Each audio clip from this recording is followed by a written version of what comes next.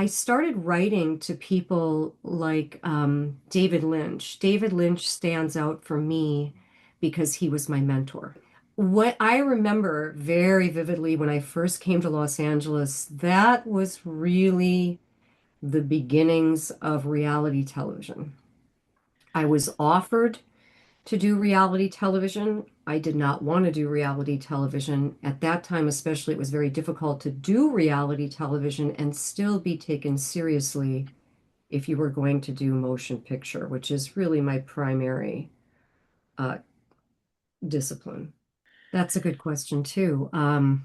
Well, first off, and I'm glad you asked this question, there is a book and it talks about how, particularly prior to what we call the talkies of the late 20s and 30s, when they began, uh, women were heavily involved in motion picture, particularly writing, what was then called cutting, which we now call editing, direction, um, and even production and beyond. And what happened to women, unfortunately, was when money became bigger, and it was determined that to work in the motion picture industry now, there were unions forming.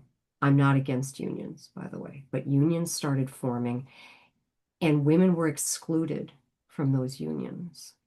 And in being excluded from the unions, they couldn't get the jobs.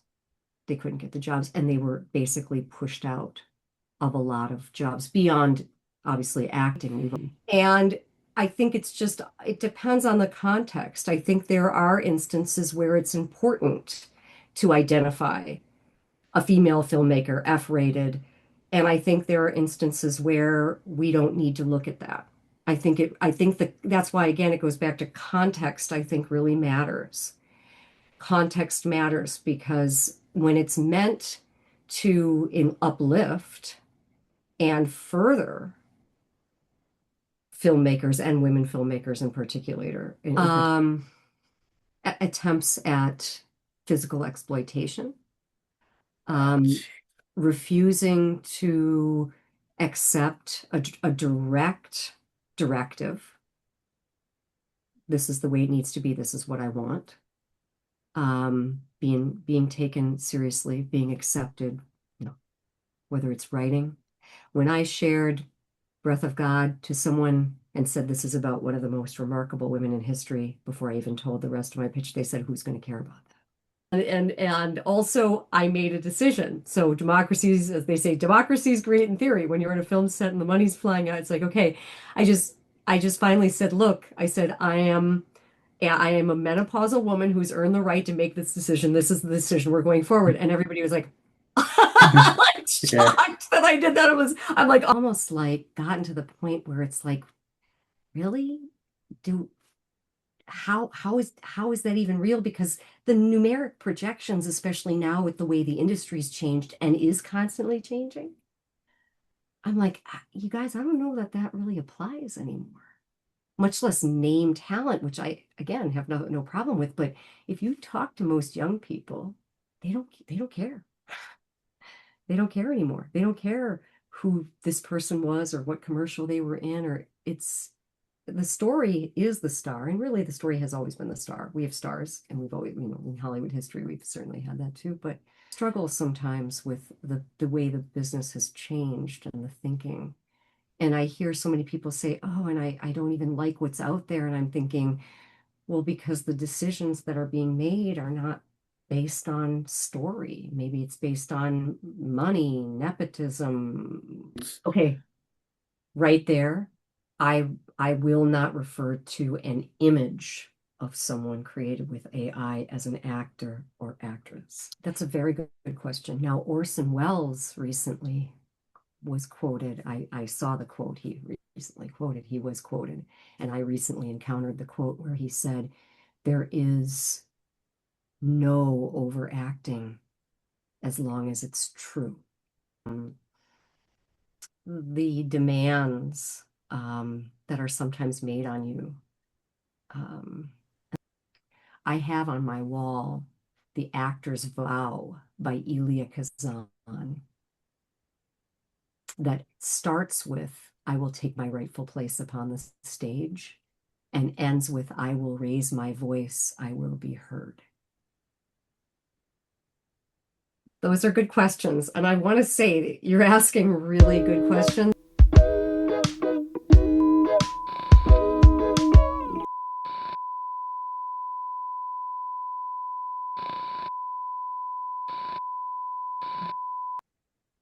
Hey everyone, this is Abhi from No-Budget Filmmaking Podcast, and here with me is Jeanne Marie. Hi, John. Hello. For our audience, would you like to introduce yourself, please? Sure. I'm Jeanne Marie Spicuzza. I'm originally from Milwaukee, Wisconsin. I now reside in Los Angeles, where I have resided for nearly 27 years. I write, act, produce, direct, and compose for feature films, and I have done shorts, but now it's mostly features with some series material, which we can get a little bit more deeply into. But I founded an organization called Seasons Amuse, which is now a conglomerate of three different companies. We're the first fully woman-owned studio in Hollywood. We're also the first fully woman-owned membership streaming platform. Oh, that's amazing. Could you go into a little bit detail about the organization and how it was founded? Sure, it was founded after I'd hiked the 100-mile wilderness section of the Appalachian Trail in Maine. Oh, wow. I had the inspiration after checking into a Best Western and finally getting a shower for the first time in days. Seasons of Muse, I didn't know what it was. I had just graduated with degrees in philosophy and psychology from the University of Wisconsin-Milwaukee.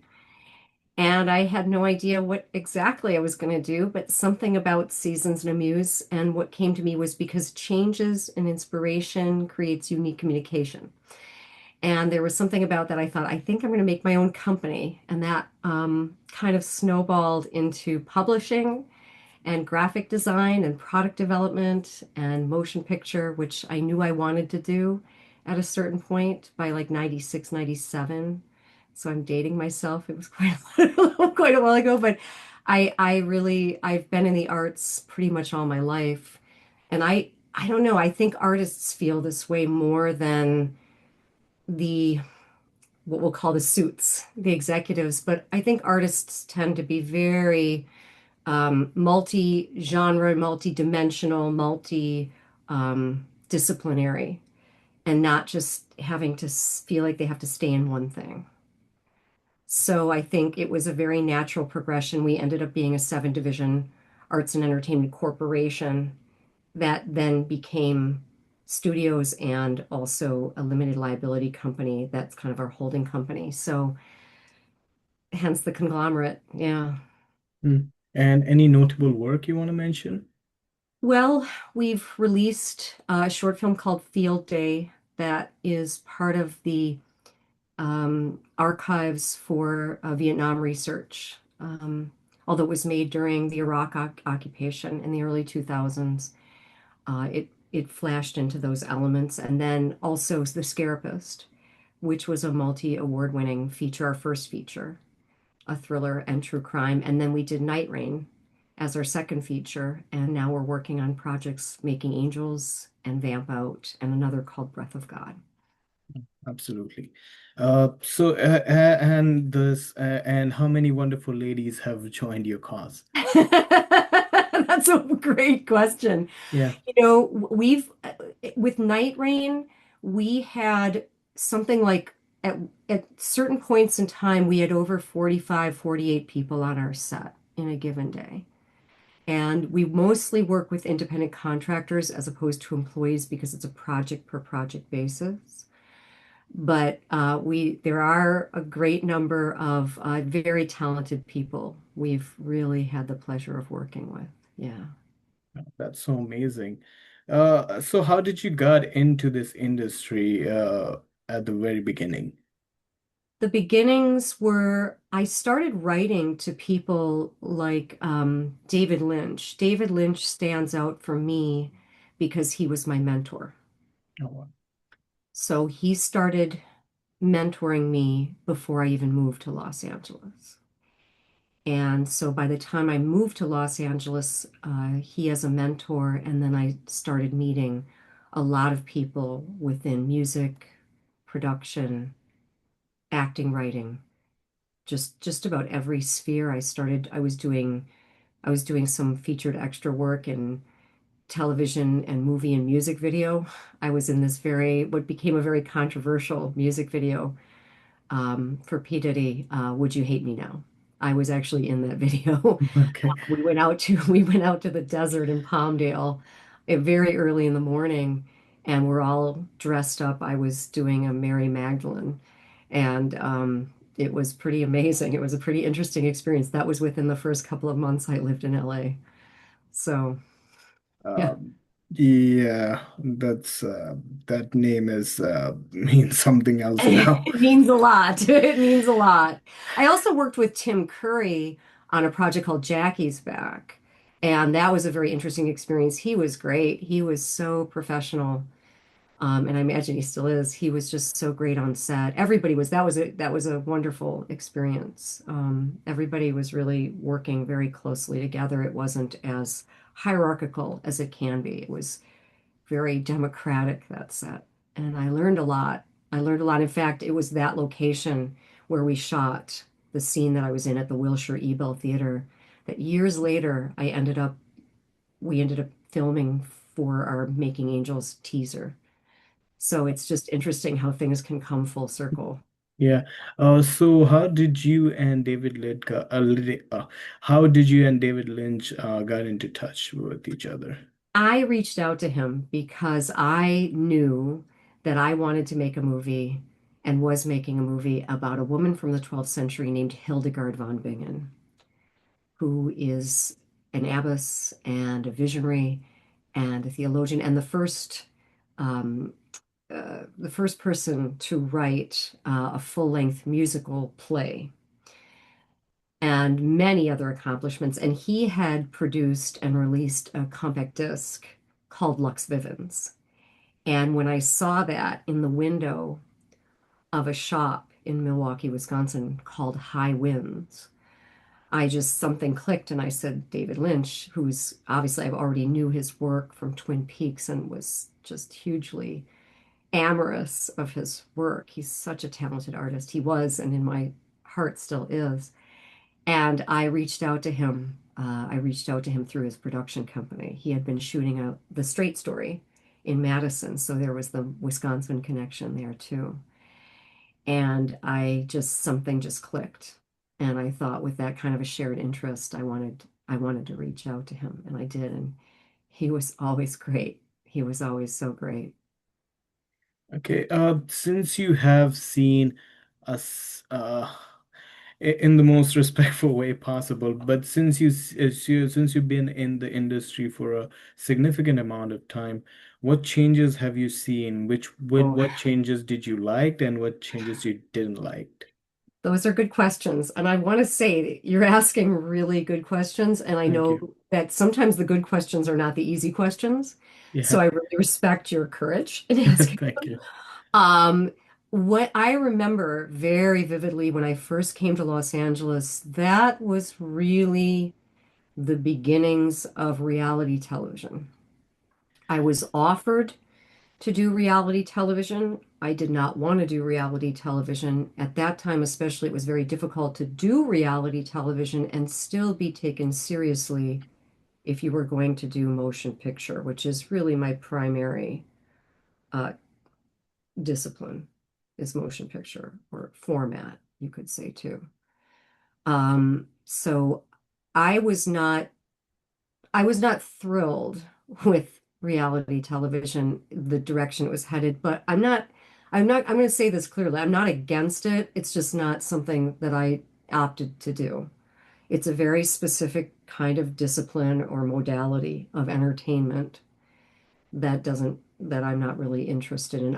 Some of my favorite movies that were made in Hollywood before Hollywood started shifting into a different kind of model were movies like LA Confidential and A Beautiful Mind. That's when movies were still built without incorporating certain kinds of AI technologies, without having strictly, I guess, for the lack of a better word, most of the executives having their hands in it more than the artists, not really allowing the artists. And this notion of binging with series or limited series, I don't even like the word binging. It makes me think of like, I hate to say this way, but it makes me think of like either gluttony or greed or an eating disorder. Okay. So I'm not really comfortable with some of the ways in which things are marketed, although some things I like better, like the fact that film noir, in part because of The Scarapist was dubbed the new noir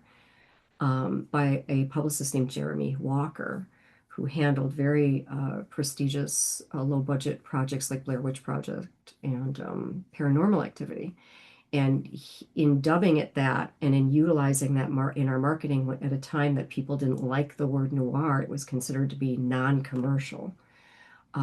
As were multi-genre, as were women driven, two women in the leads, and there were a lot of other things that the Scarapist really helped to usher in and open up. And so some of those things I'm really happy to see. Um, so I think it's an interesting kind of double-edged sword in this business. There are some really great things that you see, and then there are some things that the movement more and more towards technology, less and less about story, performance, those elements I don't care for.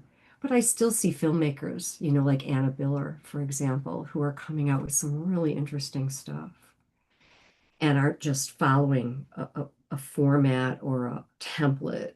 And so it definitely goes both ways. Yes, absolutely. And um, yes, I'm seeing, well, I remember early 2000 when I started watching movies. I guess it was the beginning of the CG era. It was. And and That's a good way of putting it. Very more and more CGI and green screening you're right. yes, and I think it was I loved some movies because some of them are one of my favorites, like Lord of the Rings. It has CG elements, a good chunk of CG elements, but it also has a good amount of practical effects. But it's going more and more in the other direction. It's more CG, less practical. It's true. And you know what's interesting? You mentioning that film. That film was also extremely important in terms of movie innovation because one, Peter Jackson created some of the technology, and I believe still owns the intellectual property behind that technology. There were things that were done that could not have been done prior to things like CGI that would have been very difficult to portray. I think the timing of when those movies were coming out, that was very significant. And yet there was still attention like to the performances and the story. I think that was a good identification of that particular movie because I think that movie really helped to bridge some of those gaps, whereas sometimes the technology almost tends to take place of the story, the characters, the performances, and then you really lose something. Then you feel almost like, am I watching a movie or a video game? It's like, so I just think that it's interesting. I mean, overall, I'd say in the industry, like most other industries, there are some really great things and really incredible people, and there are some sides that are not so great. And I guess I like what you said because what it reminds us is it's very important to the viewer, to the audience, and even we as movie makers fall into that when we become a spectator and we're watching someone else's work that we haven't contributed to in some way, we want to engage ourselves with that content and really hopefully that will drive more of that content forward. Um, I don't even know if I like the word content. I'm so glad I caught myself saying that. You get so used to these terms, but in reality, I mean, especially when you're talking about something creative, it's got a life of its own. I almost wish I could just say a child. We're going to see this beautiful child that's been created. That's kind of a we're For gonna see me, a as the child. artist, it feels that way, but I guess not necessarily to the viewer, but It Yeah. depends. Yeah, I was just engaged in a conversation about that just today about how for me it's I'm an artist and I'll always be an artist. So my relationship to the work is going to be different than someone who says, here's a package, this is the bottom line, this is how much we should be making and pieces it together like you would in a factory. You know, it's a different attitude, it's a different goal, it's a different perspective. Yeah. I think it's the difference is art and a product, right? You cannot showcase a well, you can showcase a product, but in the end, it's going to be mass produced and it's going to be sold. Yeah. But art is something else. I guess is that what you're going for? I guess so. Yeah. I mean, especially whatever one's relationship is to it, I guess is what it comes down to, you know. Yeah. Because if Abs I create something, my relationship to that is going to be different than yours naturally because you're observing it. You're observing it, you're not creating it, and it's not better or worse, it's just the reality of it. Just as, you know, if I go watching one of David's films, Mulholland Drive is a great example. Phenomenal, phenomenal piece of work. I was actually we were having exchanges around that time, and I know the story of how that came about. It's so fascinating yes. how Mulholland Drive became a motion picture because it was supposed to be a series. Yeah. Would you like to share it without spoiling much who Oh, have not watched well, the movie? I think I can, yeah, I think I can do that. I mean, it was intended as a series. I know someone who was at, I believe it was NBC, who had that he was one of the people charged with having to reach out to David Lynch's team and refuse the series on the basis that it was too dark. And I thought, what did they think they were going to do? David.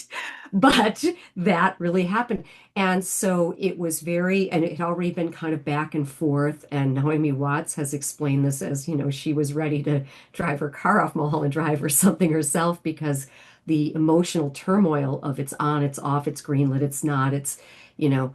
And then one night, David um,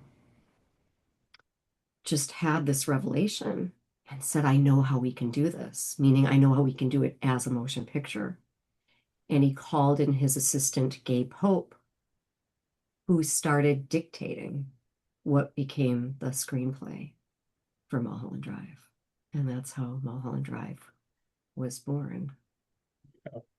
For those who don't, who haven't watched the movie, I would highly recommend it. It's a master class in, without spoiling much, psychological drama, and there's elements of horror in it, and Yeah. there's also, um, correct me if I'm wrong, but there's also moments of your identity and exploration of your gender and orientation. It's a lot of things. And David um, was very inspired by movies like Sunset Boulevard, Billy Wilder, and of course, Vertigo by Alfred Hitchcock. He was Yeah. very inspired, particularly by those two movies, which is also, that's provocative in itself because then you realize that these masters, David Lynch, to me, I used to call him the film pope, as I considered him the heights of cinema, especially modern cinema. And but he was also inspired by those who came before and acknowledged that. And that saddens me too because I love that you're aware of these great works. I will talk to people in the industry who have not seen Psycho, who did not watch Casablanca, Well, who they don't know. I've always said this, and I talk with historians like Mark Wanamaker and people at the Hollywood Heritage Museum about these things. If you don't know the history of this business, of this industry, of this art form, that was developed primarily by by immigrants, primarily, and their perspective of the U.S. coming into it, uh, like Hitchcock was, like Billy Wilder was, like so many others were, Siad Mack and others. Um, if you don't know that and you have not experienced those works, you are almost like you're starving yourself. You're missing Yes. out on so much. And it's very hard for, in my opinion, to truly know a business. I've been talking to a wonderful agent and partner at William Morris Agency about this. Because he loves cinema and cinema history. And I love seeing that kind of passion in somebody who's involved in the business side of this business. Because I Yes. think without that, I think I think it's almost like it's almost you're going in and you're not, your arms don't work all the way, your legs don't work all the way. I think you lose something without it. Yes, absolutely. Like people like Alfred Hitchcock, Henry Ford, yeah, Henry Ford, and and obviously um uh the great director who made Citizen Kane, I forgot his name. Orson Skip Welles, Orson Welles, yes, and these great people worked, and also the actors like Jimmy Stewart. He was one of my favorites. oh, Oh, he was great. He was great. he was really great, and Psycho was really ahead of its time, It was. really ahead of his It was time, very much ahead of its time. and Very much all, ahead of its time. yeah, and Vertigo. It's amazing, and the color scheme, and also I like to add one more director to the whole mix. It's Stanley Kubrick. Stanley Kubrick, who drew a lot from Akira Kurosawa. Kurosawa, yes. It's like, so someone who says Kubrick but doesn't know Kurosawa, someone who talks about Tarantino but doesn't know about the great Japanese directors upon which Yes. and David, who he draws a lot from, and so, you know, I mean, someone recently said something about Mike Flanagan, and I was like, everybody has their opinions, but the thing is, like, for me, if you're going to call somebody a genius, I think they have to have basically made what is as close to the perfect film possible. And I think Joseph Mankiewicz did that with All About Eve. That was as close to perfect of a movie. The script, the direction, the actors, the casting, the whole thing, the way it was expressed, phenomenal. Every piece of dialogue in that movie, not a single word, phrase, look, moment is wasted in that movie. That takes genius. That takes genius to do that. Because that's a person who really understands the language of cinema because it is a language. David did that too. He he was an innovator. He innovated cinema on levels that it's remarkable. Yes, absolutely. And there's a lot of directors and actors who has spoken to us in different ways, no matter our culture, our background, our age. Because I remember distinctly, I watched. Have you seen Silent Running? No, I have not. Okay, it's a movie. I think it's after 2001, and it's about environment, and it's an old movie, by the way. So yeah, I would highly recommend watching it because Interesting. it's I have not seen it, but I thank you because I love these kinds of recommendations. yeah. I have not seen it. Yeah, and it's sad to see. Like it was a movie in the 70s or even late 60s. I'm not sure about the time, but the the earth that they shown in that, we're seeing it every day. It's still relevant, and it's Mhm. so frightening that Mm. it is. Silent Running. It's a Yes. great title. Yes. Titles in and of themselves, are so powerful when you think about that, because that's Yeah. saying a lot without me even knowing the structure of the movie and other elements. But that's a very powerful title. Want to know, as a woman, there's been time here from from early cinema to nowadays. The representation has changed drastically. But there's also some of the things that I'm seeing. when there's is representation, but sometimes it gets more performative. It's not hitting the right points that they need to talk about. And there are some notable work even in those era where there was a lot of risk in telling a woman-centric stories.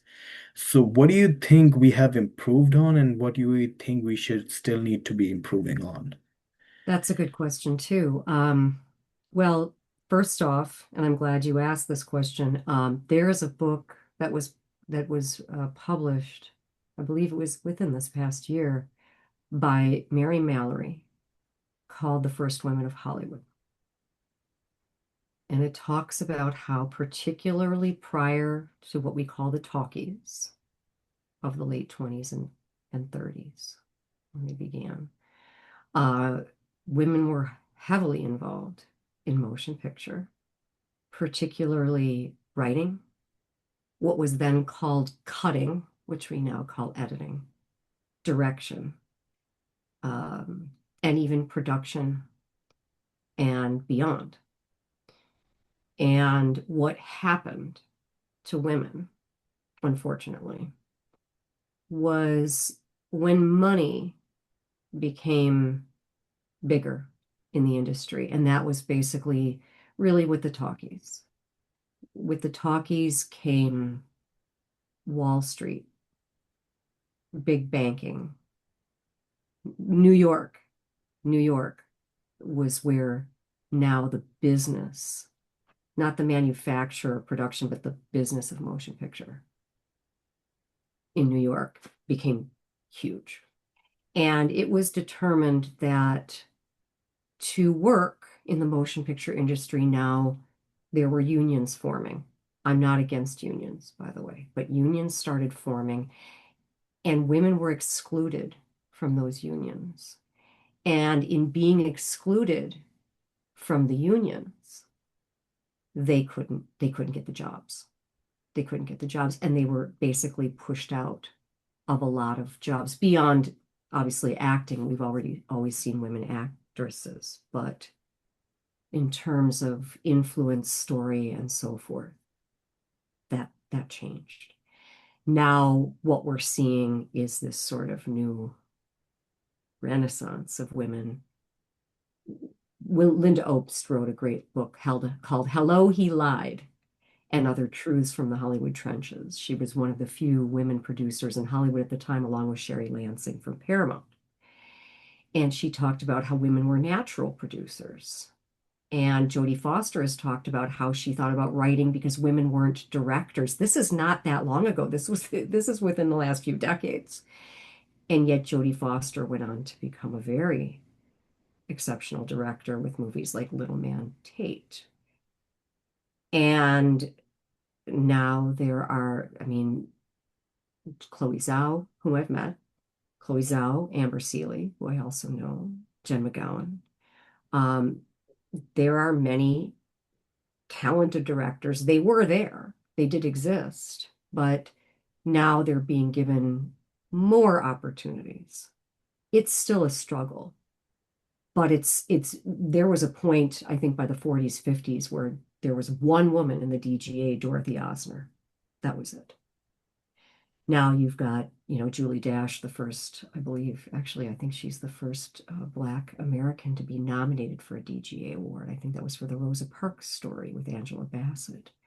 So things are shifting slowly but surely. I'm impatient. I don't like to ask permission. I do my company. I hire myself. I struggle with that. It was interesting because the conversation I was sharing today was with a fellow producer, Sherry Hamrick, who's really talented, incredible. Um, she has a structure she works in, working in the industry, and she knows I'm kind of always batting against that a little bit because I'm not patient to be handed something. If I want to make something, I want to make it, and there's only so much time in life. That's how David O. Selznick got addicted to Benzedrine, was he thought there weren't enough hours in the day when he was making Gone with the Wind, and his goal was to make like the greatest epic movie. And that movie still, with inflation, is the highest grossing film. We forget that's the highest grossing film of all time with inflation. Yet he told Olivia de Havilland one day that it's interesting that the very thing that can bring about your success can be your undoing, because thus he spent the rest of his life basically taking Benzedrine and Dexedrine and things like that. Yes. So I'm trying to stay healthy and do what I do, not fall into a bad place. You Yeah. Um, we have 7 minutes for this I know session. it goes so fast, doesn't it? There's so Yes. much, and I forgive me if my answers seem somewhat winded, but there's so much richness to it all. I mean, these are wonderful questions, and they kind of demand this level of an answer because there's a whole story. But if I were to just say, well, here's where we are right now, but the question is, well, but what does that actually, what does it mean without context? Do you see Yeah. what I'm saying? Yeah. Yes, yes, but uh, still, it feels like what do we are at right now? Apart Where are from we at? no, I hear you on when you say we have more directors, we have more producers, strong women, and talented producers, directors, and almost in every category, in every behind the scenes and in front of the scenes. Yes. But right now, I've seen to be uh, for example, like to be use these words as a gimmick sometimes, like, oh, this is a woman-centric movie. It's a woman-centric movie, Yeah, and yeah. Like, why can't it be a movie, for yeah, example? Why right? is it not a movie? And it is a movie. It is a Yeah, movie. And yet I think those words, yes, sometimes it's marketing.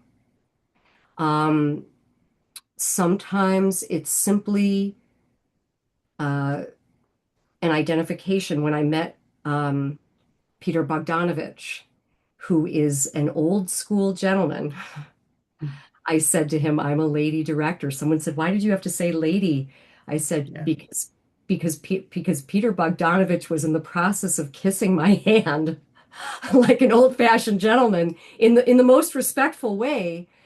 And I think it depends on the context. I think there are instances where it's important to identify a female filmmaker, F-rated. And I think there are instances where we don't need to look at that. I think that's why, again, it goes back to context, I think really matters. Context matters because when it's meant to uplift and further filmmakers and women filmmakers in particular, Yes, I think it's a good thing. Um, when it's used more like in a weaponization of the person, or that's the only way you can identify them, or it's almost apologetic, like you should watch it because, yeah, no, someone once asked me about that. Why do we have to have women's studies? We don't need women's studies when we start studying women more. Um, Someone said to me once, well, the only reason we haven't heard about more women in the 20th century, at this time it was the 20th century, because there just weren't that many talented women. And I said, no, no, you've got that totally wrong. And so these especially are the instances where you can see why women's studies becomes and women's history becomes really important. But I'm with you. I mean, I agree with you that the ideal is that we are filmmakers, we are movie makers, we are actors, we are writers. We are not women or male writers. We are not. Sure, that would certainly be a great um, evolution yeah. of history if we could find ourselves there. Yeah, because I go to a doctor, I just say I'm going to a doctor. I don't say I'm going to a female doctor or a male doctor. You know For what I mean? those for those who are in tune with what he is saying, and I agree with him, if you want to read more about this in the most remarkable way ahead of its time, uh, Rilke's Letters to a Young Poet describes the movement towards that, and why. Um, this question can be a little bit uncomfortable, and I'm not sure how. Okay, So when I ask women about I'm not sure how much many of teasers you said. It's almost 60-40, and 60% of them are women. I had a guest on my podcast. I don't know how it started, and it just became a thing. Mhm. But oh, we just have 2.3 minutes. But That's okay. how much of you personally, Jean Marie, have faced those biases against you when you were working, that your gender and I would not say downright misogyny, but how was your experience as an artist was? Almost ongoing, Oh my almost God. constant, almost constant. And it didn't get better at all? Um, in some ways, yes. In some ways, no. It's uh, it's still for some, not all. It's still it still can be a hurdle or an obstacle or a great asset. It's very situational, but I still encounter it to this day. Yeah. Uh, like what? Um, Attempts at physical exploitation, Oh, um, gee. refusing to accept a direct directive. This is the way it needs to be. This is what I want. Being taken seriously, being accepted. Um, yeah, it's Okay. very real. It's just when you're directing, No, no, no? no. Whether it's writing, when I shared Breath of God to someone and said this is about one of the most remarkable women in history before I even told the rest of my pitch, they said, "Who's going to care about that?" Oh my Yeah. God. Oh, really? So I'm grateful that you invited me to talk today because we bring these things to light. I applaud you for speaking about some of the uncomfortable things. I'm very impressed and grateful that you did that. Thank you. And I think that when it's something that's personal to us or directed towards us or both, we're more attentive to it, obviously. You know, I mean, someone might say, "Oh, I didn't even notice that that happened." And I'll say, "Oh, yeah. You know, there was an issue on our Night Rain set where a prop that we had gotten onto the set while we were already filming. So we didn't have any advance time to really examine it and see all the inner workings of it. We were debating now that we discovered it didn't work precisely the way we thought. How are we going to fit this into the plot?" And I made a decision and people were continuing to debate. And the thing is, when you're on a set, the money's flying out like paper Yeah. at every minute. And also I made a decision. So democracy's, as they say, democracy's great in theory. When you're on a film set and the money's flying out, it's like, okay, I just I just finally said, look, I said, I am a menopausal woman who's earned the right to make this decision. This is the decision we're going forward. And everybody was like, like Yeah. shocked that I did that. I'm like all of 5'1" and like Hmm. 102 pounds or, but I felt that there were moments like that where I observed, and I'm not faulting anybody because the thing is, we all have whatever issues we have, you know, and maybe someone had a very bad experience with a woman bossing them around, or maybe the very idea of a woman who is your superior for some is very difficult. And I don't want to chastise anybody for that because I think it's more important to try to bridge those gaps than widen them. And I can't say I've never been guilty. I'm not coming up with a specific example. Oh, I can actually. I posted something. I made a joke about dances with wolves, and there was an indigenous woman who was, I don't, she, we're not even friends on Facebook, but she was really offended. And I just said, I really do apologize. I did not intend to offend. In fact, what she didn't know was not only are there very close members of my family who are indigenous, and indigenous of where my relatives were indigenous of Sicily before they came to Oh, the United States, which hasn't had an easy time. Uh, but occupied by just about everybody in the region. But I actually studied what was then called Native American philosophy, metaphysics, history, social organization, language, herbology, ethnobotany. I've actually spent quite a bit of time with North American indigenous culture, and it never occurred to me that I was actually going to offend somebody who I would tutor students who were actually indigenous to North America, um, for Native American, now indigenous courses. So it's just that's one of those things where it's like, wow, it would not have even occurred to me that that was offensive to you. But I think the thing to do in that situation is it's not about who's right or wrong, or if you agree with the person, apologize, which is what I did. I said, I'm so sorry. Mm. Yes, and I would like to say the same. I don't think my record has been squeaky clean. Some people have been offended by me, so We're I human. apologize again to them if they're listening. As do I, you Mm. know, because the thing is, if it's even if it's not sensitive to me, if it's sensitive to that person, and again, I think that's how we bridge the gaps. It's like it's. I think I said that to someone right once. Is it more important to be right or to be kind? Yeah, You know, we get caught up in winning and being correct, and that I think a lot of cultures are driven to that. But and societies are driven to that. But yeah, if we step back for a moment and say, well, empathetically, what would that be like if that were me and I were in that situation? Yeah, yeah. yeah, but that brings us to a good point that if why is that nowadays people don't want to coexist anymore? It's either my way or Oh, highway. well, have we been scared into that kind of mentality? Almost like we're all becoming like this kind of almost warrior energy where it's like we're ready for a fight.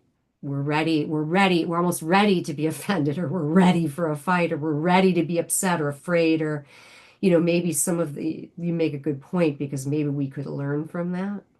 Maybe we could, again, take some steps back from that and say, well, maybe we need to remember to be together again. I don't know if the lockdowns had some kind of effect on that as well. You know, we forgot how to relate. We forgot how to be intimate.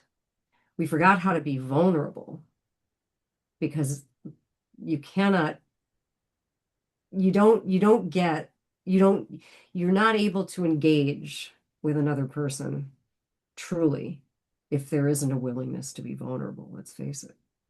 Even Yes. now, there was a certain vulnerability. You reached out to me and I reached back. I could have said, well, who is this person? I don't even know who this person is. Yeah. But you were so kind about it, and I went and looked at some of the interviews you had done, and I thought, this is interesting. I just the very fact that you reached out, I guess I just thought this is kind of cool. So maybe we could learn something from that experience of remembering remembering how to be vulnerable. Yes. Uh, I guess there's some. What do you think? Like, in a way, I can get lost. I can Mhm. overindulge myself in a screen or in a topic, and I can go into an echo chamber where there's nothing has been fed to me apart from hate. And Yeah. it's easy Oh, to lose the real world people. Like I don't know where your political inclinations are, but I have friends on both sides. One of them has been a Democrat and one of them Republican, and I truly talk to them and I truly kind of understand what they're saying. You know what I mean? But if you I was a do the same, registered, I don't want to interrupt you. I'm sorry. yeah, please. Well, I was going to say I was a registered Democrat in my first election, which was 1988. Oh wow, Myself again. that's That was really the good. Michael Dukakis election and George W. Bush Sr. Oh. George H. Bush, I guess I should say Sr. was the winner of that, and that was disappointing. And then I voted for Clinton in the next election, and I was disappointed. And I registered as an independent. And by independent, I don't mean I vote either Democrat or Republican. I mean, I was very influenced by the John Anderson campaign. of the late 70s. Mm. And I embrace independent and third parties like the Green or the Peace and Freedom Party, for example. That's my Yes. political stance. I wrote an article in something called Voter Voice along with an attorney named Michael Richardson about the usurping of the presidential debates by the Committee for Presidential Debates, the organization helmed by a Democratic and Republican Party chair. I might get into a lot of trouble. I've been hacked and things for saying these things, but I'm not afraid. I'm not afraid to say what's true, which is that organization handed the League of Women Voters terms that the League of Women Voters felt and believed and asserted were unconstitutional and did not allow for alternative voices and has been in place ever since. And so, for many and various reasons, I do support third parties and independence. Hmm. In a libertarian kind of way? I'm not a No? libertarian. I know libertarians. I have nothing against libertarians or libertarianism, but I am not a libertarian. Most of the time I voted either independent, like Ralph Nader, running in 2004, 2008, where I worked on the campaign, some of those campaigns. I voted for peace and freedom. I voted for Jill Stein, one election for the Green Party. And someone said to me, "What, don't you want your vote to count?" And I said, "You're assuming yours does." Uh, uh, so I tend to disagree a little bit because vote does count. And yeah, It so does it? I think so. I hope so. Do you remember what happened in the 2000 elections with George Bush, for example, Jr.? No, no, Okay. I was way Well, too there young. was a machine called Diebold that was supporting that campaign that counted digitally the votes, Mm. and there were some issues with that. Also, ultimately, the recount was halted, and it was historical that the Supreme Court determined that George Bush Jr. was the presidential elect. So we'll never really know what the count would have been. Mm. So you can disagree with the perspective, but the realities are looking at the numbers and the structure that there are actually real instances where a vote doesn't count, literally doesn't count, or is not counted, like what happened in Florida with a lot of people of color. That's actually a sad reality that we don't have any control over anything for that matter. Yeah, yeah. So I wasn't trying to be flip about it. I've actually done quite a lot of work in political sectors, and it's not something that one would want to say proudly, but it's a reality. We also no longer carry a party for the poor. Neither of the two major parties, I should say, are parties for the poor who represent the poor in interests of the poor. We also no longer carry an anti-war major party. Neither the Democratic Party nor the Republican Party espouse anti-war politics. So if you are against war, you are very hard pressed. If you want to support the poor, you're very hard pressed. And those are two things that I am very strongly in support of. No war, the poor.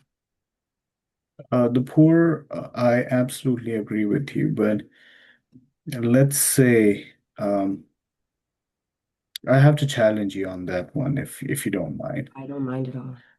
For example, like if someone invades Canada, for example, right? Mhm. And let's say Middle East, for example, invades Canada.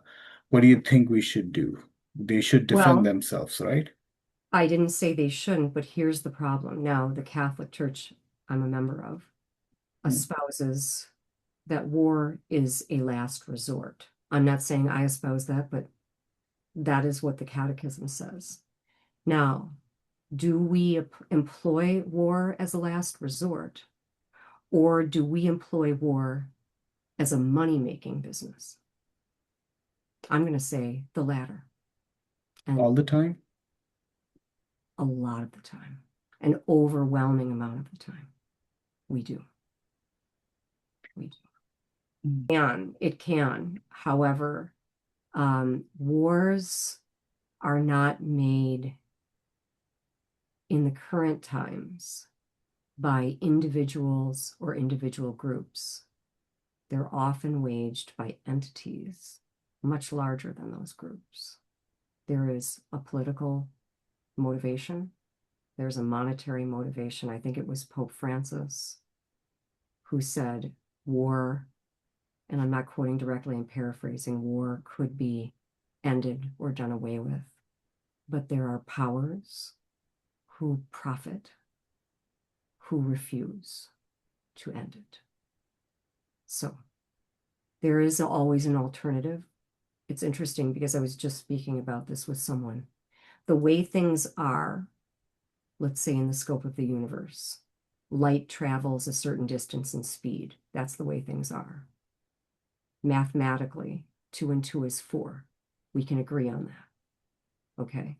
But when we start talking about human decisions, choices, that's not the way things are. That's the way, going back to movies, Jodie Foster and Contact, that's not the way things are. That's the way we make them. We have a decision that we can make. We have a decision we can apply to ourselves and others. There's always a choice. But we must understand that war is a business in this world, and people do profit largely. That's not an opinion, it's a fact that people profit largely from war, from violence, and from destruction. And those individuals do not want to lose those profits. But someone can definitely say that it can be on the aggressor. It Someone could, who is defending themselves, how is that person bad? Because I'm just defending myself. I You know don't what I say mean? that they are. I don't say that they are. I don't Hmm. say that they are. Because But war is fought by two people, not just one. well, people. It's fought generally, I think, by entities in this day and age. That's the thing. But I will say that, in fact, you're reminding me. I did some thesis work while I was an undergraduate in philosophy on the Bhagavad Gita, and Yes. you talk about things like just war theory. Again, even the Vatican doesn't say no war. It says war as a last resort. I wonder how many instances were applying that. And what I had said was, I think relatively few. I'm not going to say there's no room for an individual to defend him or herself in a situation. But war is a very big business. And it has a lot more to do with simply this individual or that individual. You're talking about very large groups of people, and you're talking about land, and you're talking about resources and other things with specific assigned values that don't involve human life. And in those instances, why do we have to see, and we don't, I guess is the answer. So I'm sort of answering myself, but why do we see innocent people, especially poor people, more often than not? Why do we see them die, being ravaged, being destroyed? Why? Are they the ones with the issue, or is it somebody else? And they're the bystander, you know? Yeah. Unfortunately, it's the world we live in right now. But That's how we make it. You know, you might remember this, but John Lennon of the Beatles, for those of you of the Beatles, mm, um, he paid for a number of billboards back in the day during the mm, Vietnam War in large black letters against white background. War is over if we want it. mm, See, that's the qualifier. That's the qualifier. War is over if we want it. yeah. We is very collective. I have to take just as much responsibility. If I buy chocolate, for example, that isn't fair trade, and someone has suffered horrendously for that chocolate, I have to take responsibility for that. And I can say, well, I didn't know. But then, as the saying goes, ignorance of the law is no excuse. Becoming more and more aware probably would help these things. And realizing that money isn't everything, which some people might say easy for you to say.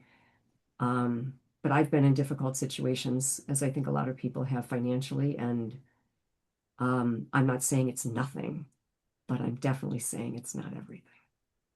And you can't Yes. really serve two masters. You must at some point make a decision whether you're going to listen to your conscience or listen to your temptations.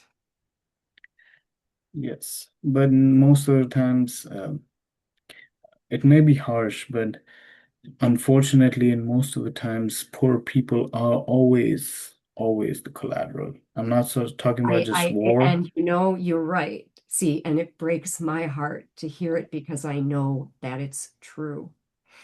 It doesn't make it right.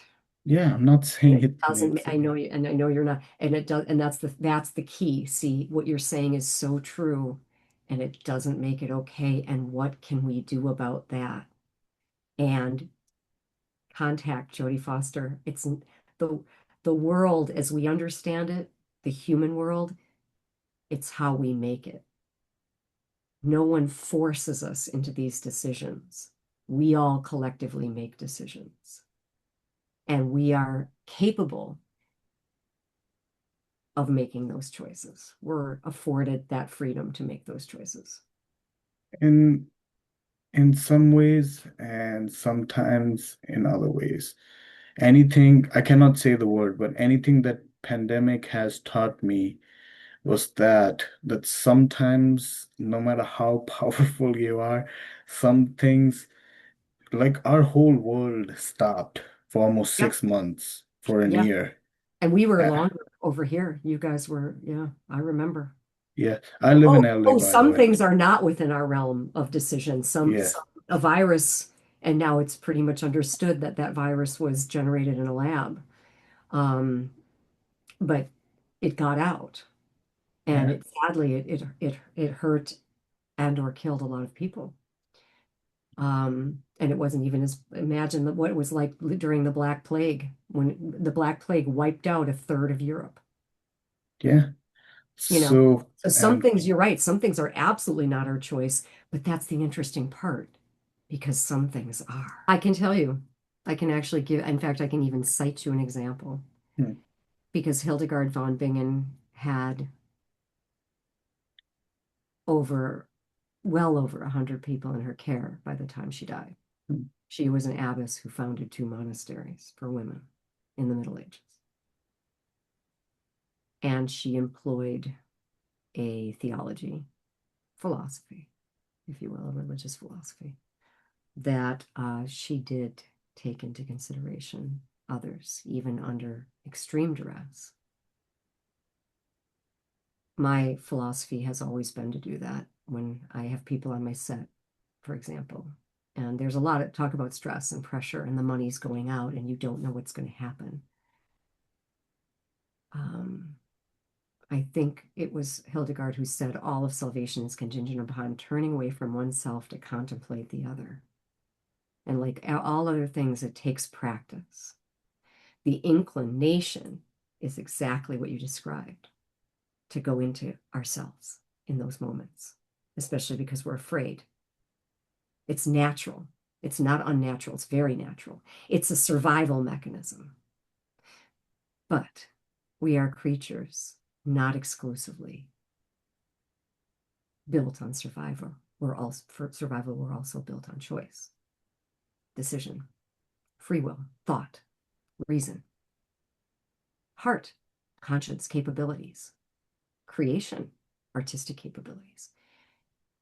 In those moments, we can actually make a conscious decision to surrender, rather than fight against those experiences and those feelings. We can grow beyond our own fears. It's been done. It's been done. There are people who, even today, I know sun gazers, I know people who live on in spiritual communities. It's pretty remarkable to witness, but we can actually grow beyond that. But it It, takes practice. again, it's uh, if you live right now, the people that you're talking about, like sun gazers and everything, they have the choice because they have the resources. They Not can make that decision. not always. Not always. Okay. Like, because sometimes you don't even have your own self. Sometimes you have a family. That's okay. Somehow you have Yeah, people and you I do. have to do I do. things that you don't want to. I have those things. I mean, if you can call it having, I'm with daughters, granddaughters, and people who depend on me, like I was describing even on set. You can you can go beyond those thoughts and feelings and realize that there are forces beyond ourselves. We are not the end all be all in this universe. We are not. Yeah, I Yeah. hope not. No, Maybe I'm, no, Billy, we're not. But yeah, I agree with you. I hope not, and no, we're not. yeah, because again, I don't want to be too much of a cynic, but it, but again, there's no proof that, uh, there's no proof that we are. No, So, there's the best we can do is maybe Descartes, who had some flaws. yeah, I think, therefore I am. There were some flaws. Um, the existentialist thinking of it all, the reality of it all, we're getting into some very deep cosmotic and metaphysical elements. And I am not one to ever push my faith or beliefs on anyone. But Carl Jung said it best. Carl Jung, the famous psychologist who studied with Freud, worked with Freud, and then went off on his own and developed archetypes in the collective unconscious, once was asked if he believed in God, and his answer was, I do not so much believe as I've had experiences I cannot deny. So everyone can take that with it, what they will. They do, they don't. But at some point or another, we're all confronting something bigger than what we could ever imagine. All of us are going to go through a bodily death. All of us who are here cannot, that's not an opinion, it's a fact. We don't get around that reality. Or as the expression, when I think no one here gets out alive, was a lyric from a Doors song. Um, we're going to go through that gate one time or another. And we yeah, don't really know for sure what that's going to be like until and each person going through it could be radically different. So there's a lot of things we don't know. Shakespeare, more things in heaven and earth than are dreamt up in our philosophy, O Horatio. I think that's very humbling. That's a very humbling reality, if nothing else. yeah. Sometimes people forget it though, but like Oh yeah. my best one is okay. My philosophy, I would say, I forget the writer's name. He is a poet, if I'm not wrong. His I hope I wish you okay. It's like we are here to help others. What others are here for, I have no idea. That's brilliant. That's brilliant. That is probably one of the most generous verses ever written. It's so true, too. It's Yeah. beautiful. So Well, that's my Gandhi, philosophy. Mahatma Gandhi said, we're all souls aboard a crowded ship. The ship steers where it will. And of course, he's referring to God's will. Yeah. And We are free. This freedom we enjoy.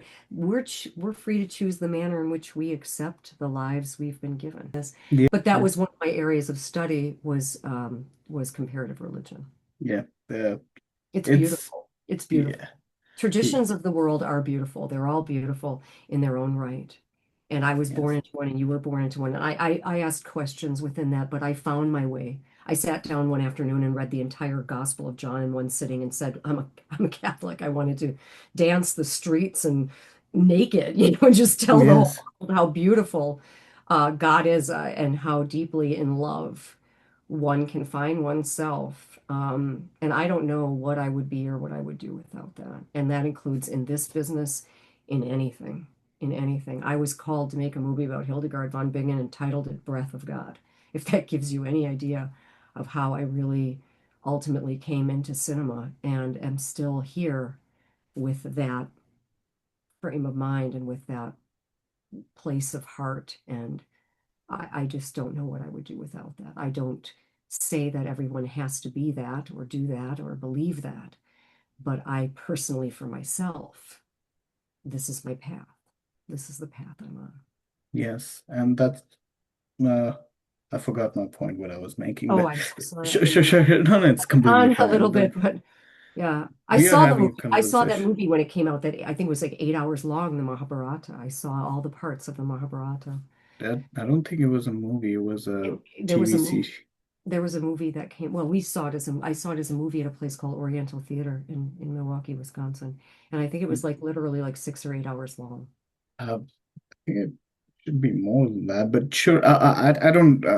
It's a TV. It was beautiful, is one thing I can say about it. It was really beautiful, and obviously it's poetry that was elevated to scripture for a reason. It's poetry is poetry, and that's also my background, by the way. I'm also a published poet, and I've been a Oh, poet for a number of years. And that's really poetry, good. again, in many cultures is very revered. Yes, I think it's much more easier for us to, if you go into a little bit science, it's much more easier to us to engage in the rhythmic words. That's why songs are really catchy. That's what I heard. I I'm not. agree. I agree. And So there's the sparseness of words, then the words have a very kind of specific and direct meaning. I think it was Kierkegaard who said that indirect language, like poetry, repetition, and storytelling, in many ways directs us more readily to the divine than the direct languages. Because yes, there's something about it, yeah, there's something about it that it speaks to. And like you mentioned, and I love that you said that whatever your cultural background, your economic background, your gender, in any case, there's something that speaks to all of us, the human experience. Uh, Mhm. you said in the DMs about corporative, what corporative? I know my mind has been doing that too. It's just Um, late. I have to check the DMs. Um, category, categorical imperative. Categorical imperative. That's Kant's solution to a universal system of morality. The categorical imperative states that people are an ends in themselves, never a means. Yes, The categorical imperative. And no one has really been able to refute that that is agreeably the most universal uh, system or methodology by which we would treat one another as some kind of the closest we can get to a universal agreement of how to relate ethically and morally to another human being or another individual. yes, absolutely. And this is what is required to do Yes, he by was a a lot of virgin. He was us. a virgin. He spent his whole life thinking about this. He devoted himself. Yeah. And the other joke is that even German students read Kant in English because he's so difficult to understand. Oh, He wow. was he was apparently very brilliant, very brilliant. I have not read Kant in German. I've read pieces of Kant in German, but a very, very deep thinker. Yes. Kant. I think he was, as far as I know, he was one of the most like creature of habit. Like people used to change their clocks when they see him, and he never left his city. And also at the end of his life, he said, "It's fine." That was his last quote. It's I don't know fine. what. Yeah. Yeah, Yeah, it's yeah, beautiful actually when you think about it. He was very specific about his goal and what he was seeking to achieve, and that is what he dedicated his life to. yeah. And it's I have one thing that's one thing more because he will be my favorite, and you can. He's the one who started about. He's the one who ini words. He's the one who initiated. Get him out there. Yes, It's not yes. always easy. It's not always easy. Yeah. Yes. So he's the one who started the thinking about who mentioned the fact about animal rights. He bring into the attention of the people. Before that, they didn't used to think about that. He That's was. why he's one of my favorite philosophers. I'm also very deep in fact, when I was a student of philosophy and psychology at University of Wisconsin-Milwaukee, there was no alternative to bar pressing experiments that had been done hundreds of thousands of times. So I, with the animal rights organization in UW Milwaukee, we helped to create an alternative. We pushed for an alternative to animal research so that it could be done if the student chose to on a computer instead of with an animal, which I'm very happy about. Saying is, Yeah. I think what you're saying, and I think I agree if this is where you're going, if I Mm. understand, which is an individual human being unto themselves is not completely evil.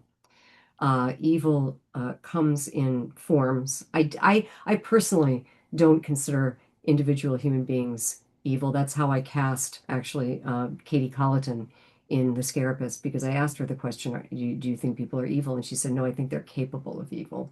Yeah. And I knew that she would understand this character who is not a very good character.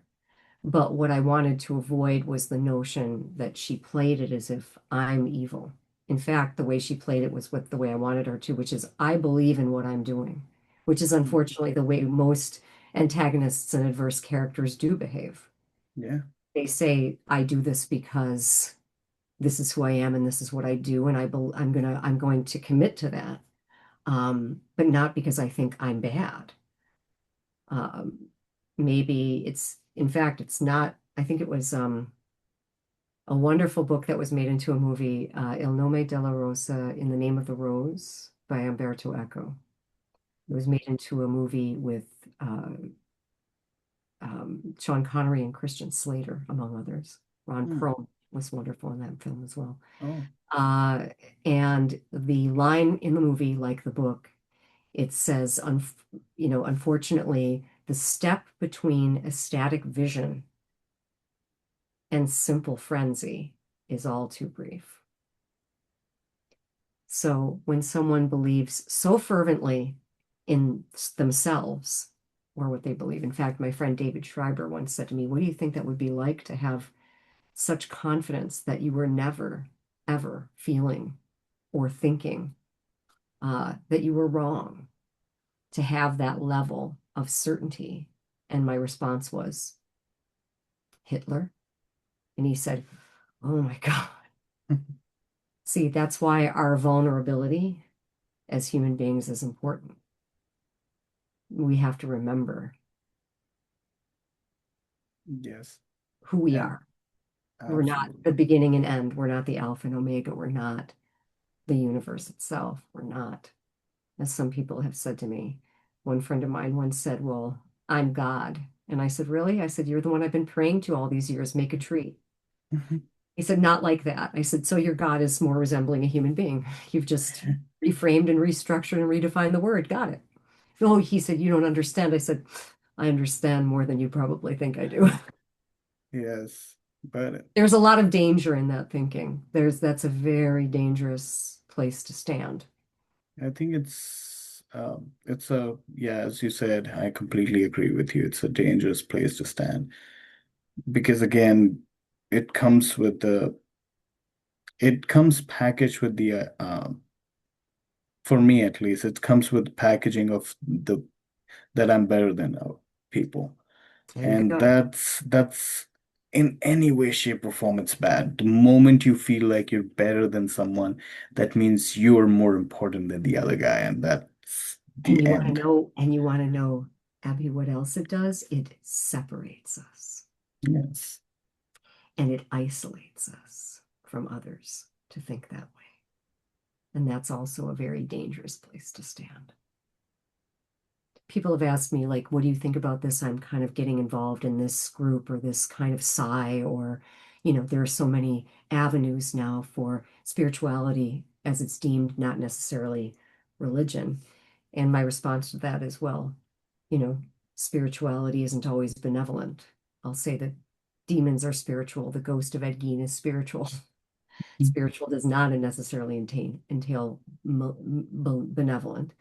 But more importantly, if that's a little too metaphysical, I'll say the real question is, does it isolate you or bring you closer? Because if it isolates you and it separates you, then I would say I would be very careful. Or can we rephrase it? Does it brings you peace or anger? Yeah, that's also good. I agree with that. Yeah. That's very good. That's a very good and very provocative question. Yeah, And because we have to answer it honestly for ourselves, of course. yeah, because in most things that in life at this point just brings us anger. Right now, we're Oh, no, we bombarded talked with about that. hate.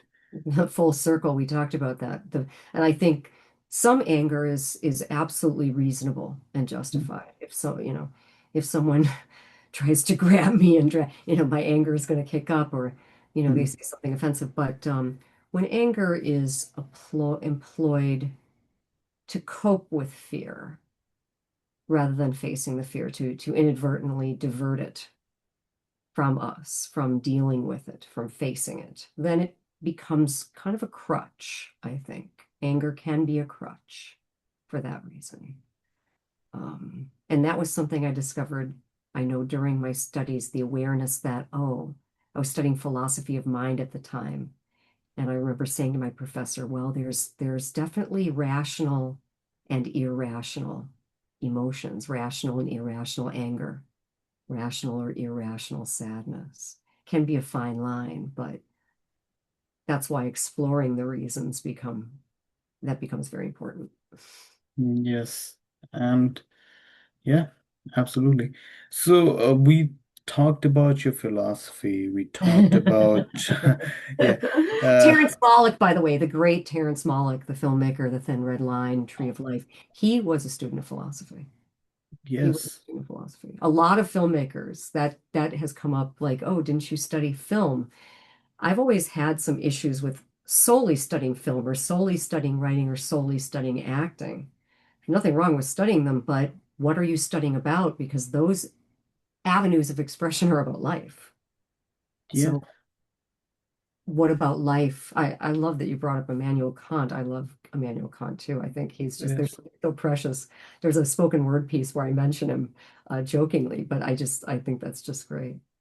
yes, absolutely. And but even though people who are not students of philosophy, who don't have much of philosophy, who don't know the big philosophers, but I think any art, and people may disagree that films are art pieces or no, but I would say that no matter what you are, you do put your philosophy in your movies, in Oh the way yeah, you perform or write or direct. I think we all do that. I think whether it's formalized or informal philosophy, Yes, I mean, obviously, when we're talking about the discipline or study of philosophy, that's one thing. And then personal philosophy, which can certainly relate. But absolutely, that's one of the reasons why I mentioned Terrence Malick, because you can absolutely see the philosopher coming forward from the filmmaker. That he yes, didn't just say, I'm going to give up philosophy and then I'm going to go into film. It's more like I'm going to take this discipline called philosophy and the things I've learned and bring them into my work. yes. And I'm losing his name, but there's one person who made all the whimsical movies and wholesome movies in early 50s and 40s, if I'm not wrong. Frank, uh, Frank, who made the It's a Wonderful Life? It Oh, was you're right. It's Frank Capra. Frank Capra. Even though he was not, I'm not sure if he was a student of philosophy, but he had his philosophy, and I liked his philosophy as well. Right now, if I'm thinking about any of the big directors who has a philosophy that been shown in movies, I would say James Cameron. He is James a really Cameron. big environmentalist, and in his new He is. movies He of is. Avatar 1, 2, He and is. possibly in the 3, he is advocating in his own way to create to preserve environment, but he's using a lot of technology, um, which is something else in its own. So I'm yeah. just telling a publicist that I'm my publicist that I'm on a podcast because Okay. like I can't Okay. can't just talk just no. But yeah, I agree with you, and I know there are a lot of people in environmental and animal rights groups um, and supporters of those initiatives who carry a great deal of Yeah. admiration and respect for him. So, without spoiling many of your movies, what's your philosophy that you actively or consciously or subconsciously put in your movies? That's a very good that's a very good question. And I've thought about that actually. I think we as artists, as movie makers, I can't really even say that I'm a filmmaker in certain ways because filmmakers to me are like the people I knew in college who were learning to use, a Super 8 or a 16 millimeter and going out and taking beautiful footage of a flower. And they could do that on their own, no cast, no crew. Since I've had met numerous people now on my set and all pulling together, and I feel like I'm a movie maker. And I think that the thread that runs through the work is an expression of dignity, an expression of value. I think that matters a lot. I think the core of who we are as human beings is knowing that we carry worth and we don't have to earn that worth. We may need to earn respect or trust or money, whatever the other things are, but when it comes to worth, it's there. It's there. It's there because we're breathing. And I think that dignity and that worth, that's what I think I tend to express above and beyond all things. And um, it's more consciously put in. That theme is much more conscious, but most of the time we subconsciously put things, and when we look outside in, sometimes then we see, oh, this is what I did. Or someone else will mention it and say, "Did you notice that you did that?" And I'll say, "Oh, yeah, I Yeah. didn't even think about that, but I guess I can see that and pick up on that." And hopefully that does exist because I think a lot of creative endeavors are built on, pre-conscious, subconscious, and unconscious ideas, thoughts, drives, desires, etc. And I think that I like to incorporate, people have said, well, your work is like, am I supposed to be laughing? Because like there are points where it's so serious, but then it's being funny. And I'll say, no, yeah, that's my personality. Even in the most challenging or traumatic situations, I tend to express humor at some point because it's how I've learned to cope with certain traumas myself, I suppose. Um, and so people have pointed that out too. Yeah. Life can be absurd, and all we can do is laugh at it. That's a good word for it, by the way. I think absurd is an especially good word for it. Because you ever notice how some humor is because it's uncomfortable? Sometimes we laugh because we're nervous. It's Yeah. not just because something's funny.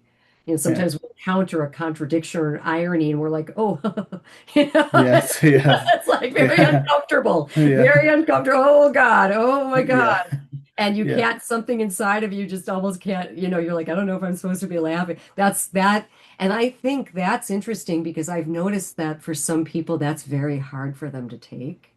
Mm, That kind of humor that's built on discomfort. There's a scene in The Scarabus that's very tense, mm, and then it waxes into something humorous. And I remember people in the theater when I was in the theater watching it, mm, laughing at that moment. And then they were kind of like, was I supposed to? And it's like, no, no, let's forget about supposed to. See, mm, that's, I think, another thing we can all grow from is this idea that art and entertainment is what we're supposed to be reacting to or doing or thinking, or is it okay to feel that? Is it okay to think that?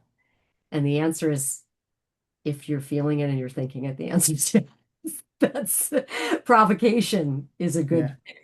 thing. Communication, if you're communicating something that people are responding or reacting to it, my least favorite reviews tend to be the ones in the middle. I like Okay. the real extreme. I loved it. This is why I loved it. I'm not kidding. I even like the ones that are like, God, I wish I would have just scraped the gum off my shoe because this was just whatever. But they had a response to it. They Yeah. had a response to it. And it's kind of like, okay, well, this is interesting. And that's also what I find so interesting is when you get these really dichotomous, very, very widely differing opinions, of from people. It's so interesting to me. Yes. And any future projects that you want to talk about here? Well, future projects like we've got a dramedy titled Making Angels that we're working on, and another project called Vamp Out, which is a series. As you can imagine, it's a comedy horror series. Speaking of humor and terror, there are a lot of funny moments in it, and it's interesting because I'm confronting some things I've never confronted before. It's okay if I talk a little bit about this, right? Yeah. Um, there is a large chasm between the 5 or 6 figure or even lower movies and these 7 and 8 figure plus movies. There's a very big, big, wide chasm that is very difficult to traverse. And what I'm discovering is that I can't really go back to doing things the way I did when I made The Scarabist and Night Rain, Mm, which was more on a low budget, lower budget level, which I'm very proud of. I loved doing them when I did them. At the time that I did them, I learned a lot, and I'm so happy, and I'm so excited about the cast and crew I worked with. But the projects I'm working on now demand higher budgets. And I'm toiling, I've toiled in those vineyards before, but going back into those vineyards now, it's difficult because you're dealing with a lot more questions about things like projections and figures and earnings and the things that are hard for artists to consider yeah. sometimes. That's not that they don't have value, but the demands that are sometimes made on you, um, and the materials that they want and the documentation and and it's so much more. I mean, I remember when packaging a script was having your talent, and now people will talk about packaging like you have to have these performa. And I've had some of these things, a deck versus a business plan versus it's almost like gotten to the point where it's like, really? Do how is that even real? Because the numeric projections, especially now with the way the industry's changed and is constantly changing, I'm like, you guys, I don't know that that really applies anymore. Much less name talent, which I again have no problem with. But if you talk to most young people, they don't care.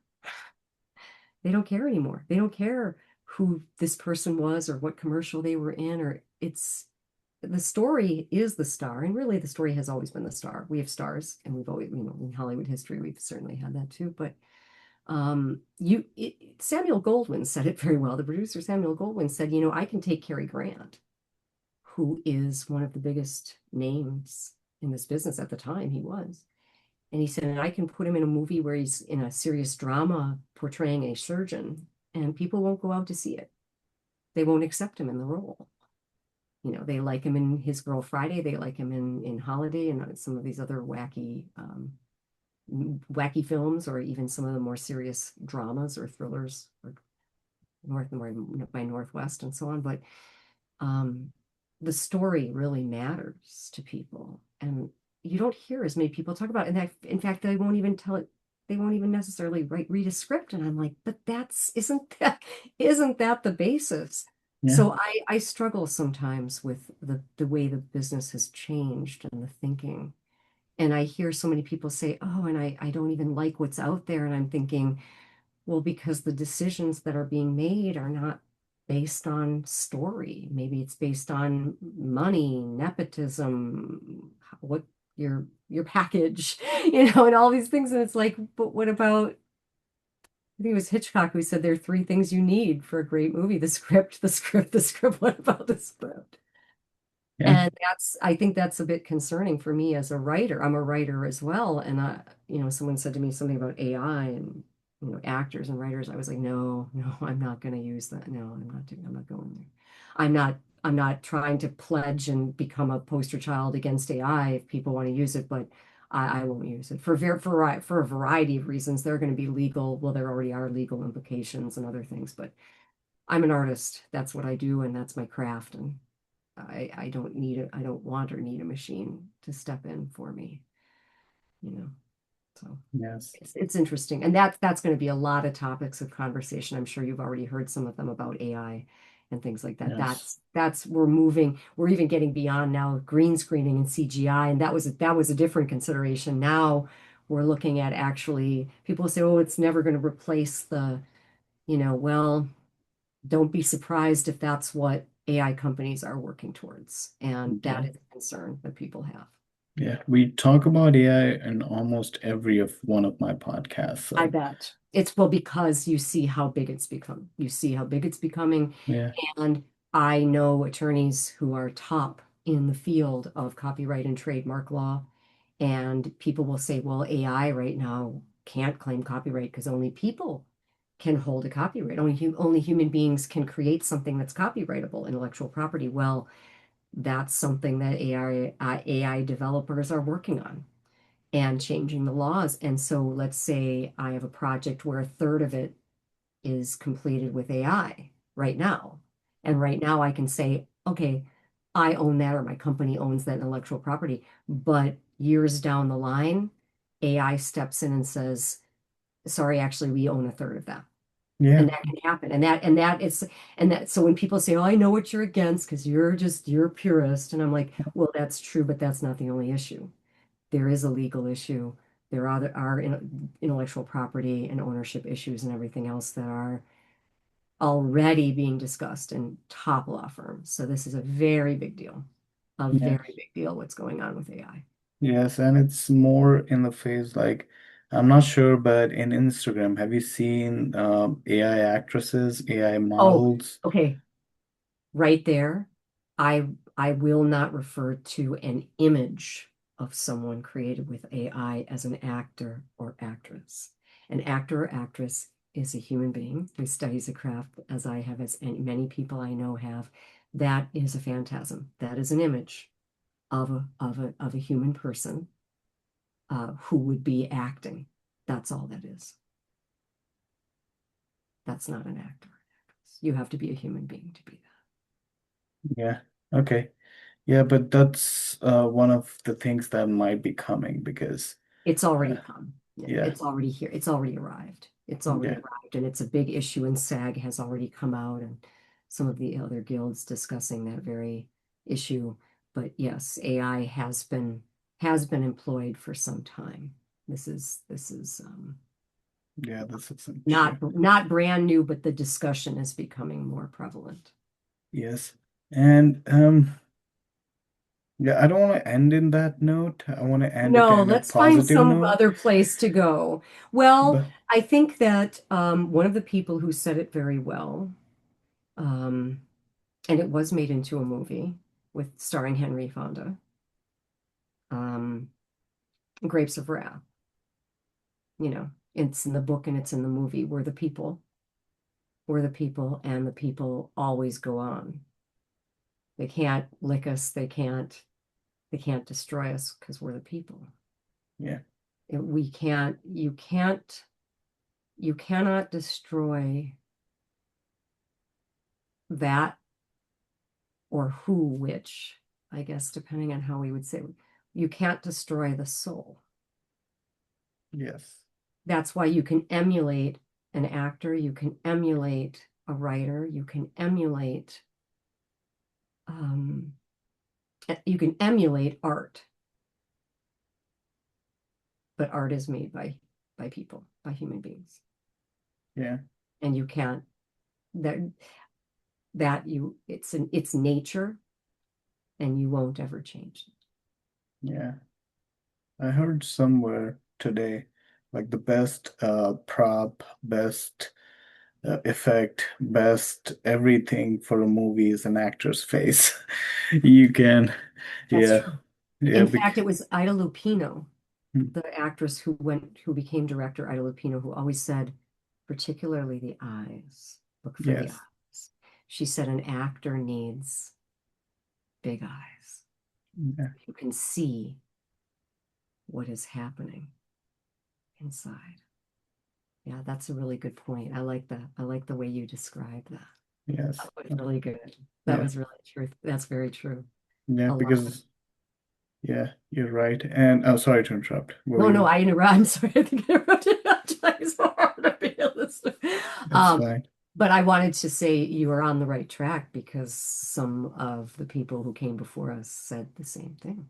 Yeah, because again, like you're crying, you're if, for example, I show a character who's dying and I just show his death, it won't be much more, it will be way, way more impactful if we see that character's death affecting some other people. Yeah, that Am I can. right? Oh, absolutely. Absolutely. I think one of the actors, trying to remember his name now, he was on the TV show MASH that spun from Oh, TV by Robert oh Altman. yes. He I've seen portrayed the MASH. I radar, see yeah. MASH every day, He portrayed the almost. radar character, and for some Oh, reason, name is escaping me, but he said in his final episode when he left the series, hmm, he came in initially to he was supposed to be having this going away party and everyone was called away to surgery and he walked in and he expressed all this emotion and the director of the day, because they had different directors different days, but the director of the day said, why don't you just try coming in as you are and let the audience feel it. And he said, I learned so much, because he was absolutely right. Sometimes when we show someone else, like you said, responding to the person, hmm, sometimes when we just let the audience experience this. Speaking of AI, will never, there's a book called On Method Acting by Edward Dwight Easty, who took over for Lee Strasberg at the Actors Studio, and talks about how you take a monologue and you eliminate punctuation and capitalization and you go through it. You don't put any emotion on it. You let the emotion come up out of you. And it's some of the most powerful things I've ever witnessed people doing that. That was taught to me by a teacher named Diane Salinger, as well as Courtney Burr, who was the assistant director to Sal Mineo. I learned so many things from some really great people. I've been very blessed to be out here. hmm, I've been so blessed to be out here, the people I've met and all the things I've learned. I mean, present company, I've so enjoyed our conversation. I love that you bring this depth. And this is cinema. I mean, this is also cinema because as we were saying, cinema is story. yes, Cinema is a way of telling the story visually, but the story is at its core, you know. Yes. And correct me if I'm wrong. I didn't had much of a formal training in acting, and I'm just curious, and I want to ask you, is Please. that is the emotion more effective if I'm trying to suppress it in a way? Like, is it much more better if I'm not crying my eyes out when I'm sad, but just holding it in? That's a very good question. Now, Orson Welles recently was quoted. I saw the quote he recently quoted. He was quoted, and I recently encountered the quote where he said, "There is no overacting as long as it's true." What one of my teachers taught me, Alan Langdon, he taught Circle in the Square on Broadway. He taught Philip Seymour Hoffman and Viola Davis, two actors along with Judi Dench, who I think are some of the great actors of our time. And he said, Stanislavski said, there is no good, there is no bad, there's true and not true. So to answer your question, which I think is a very good question, what do I do? The question, the heart of that question is it might differ in different circumstances. So what you have to find is what's true. I have on my wall The Actor's Vow by Elia Kazan that starts with, I will take my rightful place upon the stage, and ends with, I will raise my voice, I will be heard. That's really powerful. Oh, That's yeah. really powerful. Oh, yeah. And he was the founder, one of the founders of the Actors Studio. Yes. I think this is the perfect note we should end this podcast on.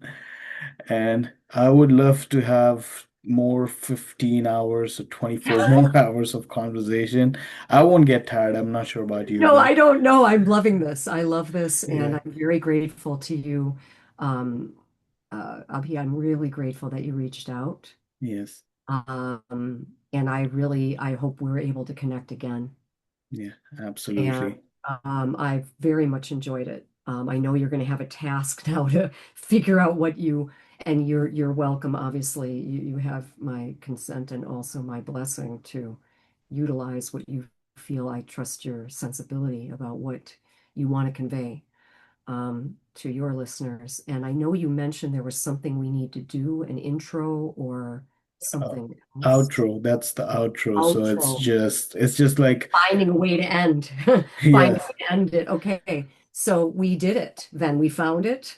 Yes, yes, absolutely. And I would just wanted to thank you very much for taking my request and being a guest on my podcast. It was, as I said a lot of 3 times already, that I love this conversation. I will remember it for days, and that's for sure.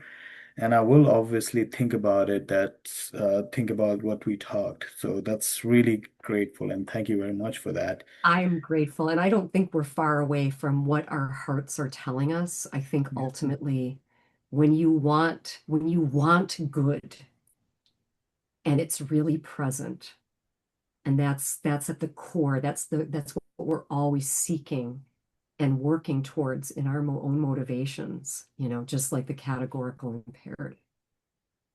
I think that we found our meeting point, right? And Yes.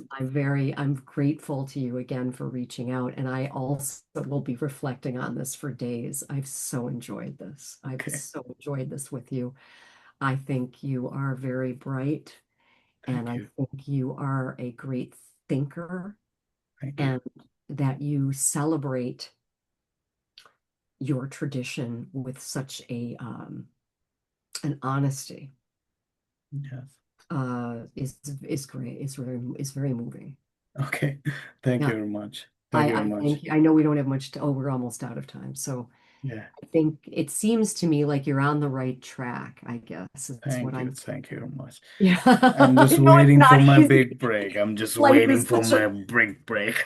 no, well, or what, and whatever form that takes, I mean, Yes. it's interesting because it's, I start to realize, boy, even our understanding of that can shift, and the Yeah. goal and the need and the our lives, Mhm. and those are challenging times too, because just when we think we know, and then it's like, oh, wait, do I? Do I know? Yeah. I'm not sure anymore. And because this business is changing so much too, Yeah. that we find ourselves, if you're in it, you are also being transformed. It's like me now with the projects and being like, oh, this is different now. I'm finding myself shifting, Yes. and it's yeah, and yet you must remain, who you are at your core. But it's life, so it's Yes. challenging. Yeah. But bless your heart, really. You are Thank just really a joy to talk with. I could talk you. forever. Yes. So Yeah. it says less than a minute. It's going to cut us off. Yes. Yeah, so I would say cut. That's all right.